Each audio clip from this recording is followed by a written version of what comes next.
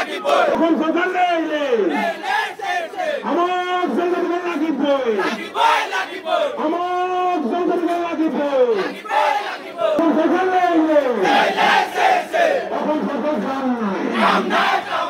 সমগ্ৰ অসমত 6 জনগোষ্ঠী আজি বহু বছৰ ধৰি জনজাতিকৰণ আমি বিচাৰি আহিছো স্বায়ত্ত শাসন বিচাৰি আমি দাবী জনাই আহিছো কিন্তু যুগ যুগ ধৰি আসলে এই 6টা জনগোষ্ঠী অসমত জনজাতিৰ মৰ্যাদা বিচাৰি থকাৰ পাছতো কোনো এখন চৰকাৰে কোনো এটা দলৰ চৰকাৰে আসলে আজি তাৰিখলৈকে এই যিটো সমস্যা এই সমস্যাটো সমাধানৰ ক্ষেত্ৰত আজিলৈকে বাস্তৱসন্মত পদক্ষেপ গ্ৰহণ নকৰিলে ইয়াৰ আগৰ চৰকাৰখনেও কংগ্ৰেছ চৰকাৰ দিনতো 15টা বছৰ তেওঁলোকে পাৰ কৰিলে আৰু সেই একেই নীতিৰে এই চৰকাৰখনেও বিজেপি নীতিৰ যিখন চৰকাৰ এই চৰকাৰখনেও 10টা বছৰ অতিক্ৰম কৰাৰ পিছতো কিন্তু আজি পৰ্যন্ত তেওঁলোকে কোনো ধৰণৰ পদক্ষেপ গ্ৰহণ নকৰিলে শেহতীয়াকৈ তেওঁলোকে আমাক জানিবলৈ দিছে যে অহা 25 নৱেম্বৰ তাৰিখে তেওঁলোকে এখন প্ৰতিবেদন দাখিল কৰিব আমি দাবী জনাইছো যে এই যিখন প্ৰতিবেদন দাখিল কৰিব এই প্ৰতিবেদনখনত যদি তেওঁলোকে এই 6টা জনগোষ্ঠী আহোমকে ধৰি যি 6টা জনগোষ্ঠী জনজাতি বিচাৰি আছো এই 6টা জনগোষ্ঠীয়ে জনজাতি পাব পৰাকৈ তেওঁলোকে যদি ধনাত্মক দিশেৰে যদি তেওঁলোকে এই প্ৰতিবেদন নবনায় তেতিয়াহ'লে আমি বুজি পাবলৈ বাধ্য হ'ম যে আমি অসমৰ ৰাইজে বুজি পাব যে আচলতে পূৰ্বৰ চৰকাৰৰ এই চৰকাৰখনেও কেৱল মিথ্যাচাৰ আৰু প্ৰবঞ্চনাৰে কেৱল মাত্ৰ নিৰ্বাচনী বৈতৰণি পাৰ হোৱাৰ স্বাৰ্থত এই যিটো আচলতে ইছ্যু এই ইছ্যুটো তেওঁলোকে ব্যৱহাৰ কৰি আহিছে গতিকে আমি আজি এই ৰাজপথৰ পৰা আমি দাবী জনাইছো যিহেতু 15টা বছৰ কংগ্ৰেছ চৰকাৰে শাসনত থকাৰ পিছতো তেওঁলোকে আমাৰ দাবীটো পূৰণ নকৰাৰ ফলশ্ৰুতিত অসমৰ ৰাইজে তেওঁলোকৰ শাসনৰ পৰা গাদীচ্যুত কৰিবলৈ বাধ্য হৈছিলে গতিকে এই যিখন বিজেপি নেতৃত্বাধীন চৰকাৰ এই চৰকাৰখনেও একেই নীতি আমি অৱলম্বন কৰা দেখিছো গতিকে অহা 25 তাৰিখৰ যিখন প্ৰতিবেদন এই প্ৰতিবেদনখনত যদি তেওঁলোকে আমি জনজাতিৰ মৰ্যাদা পাব পৰাকৈ যদি তেওঁলোকে প্ৰতিবেদন প্ৰস্তুত কৰি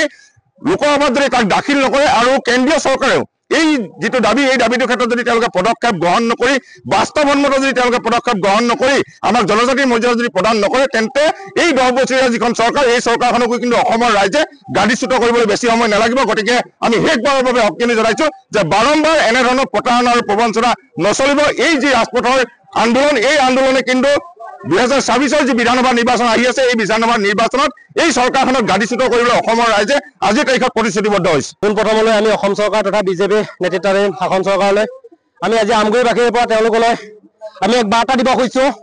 যদি তেওঁলোকে ভাবিছে যে আমি আমগুৰিবাসী ৰাইজ আমি যদি শুই আছো তেতিয়াহ'লে আজি তেওঁলোকলৈ আমি এটা স্পষ্ট বাৰ্তা দিছো যে আমি আমগুৰিবাসী ৰাইজ সদায় জাগ্ৰত আছিলো আৰু জাগ্ৰত হৈ আছো আমাৰ যি প্ৰাপ্য অধিকাৰ যি আজি আহোমকে আদি কৰি যি জনগোষ্ঠী যি জনজাতিকৰণৰ কাৰণে তেওঁলোকে আজি আমাক পুনৰ ৰাজপথলৈ তেওঁলোকে বাৰেপতি আমাক উলিয়াই পঠিয়াইছে আজি আমগুৰিবাসী ৰাইজে তেওঁলোকলৈ চৰকাৰলৈ অসম চৰকাৰলৈ এক বাৰ্তা দিছো যে অনাগত দিনত তেওঁলোকে যি 25 নৱেম্বৰত তেওঁলোকে কেন্দ্ৰীয় চৰকাৰলৈ প্ৰতিবেদন পঠিয়াব সেই প্ৰতিবেদনত যদি আমাৰ আহোম জনগোষ্ঠীকে আদি কৰি 6 জনগোষ্ঠীক যদি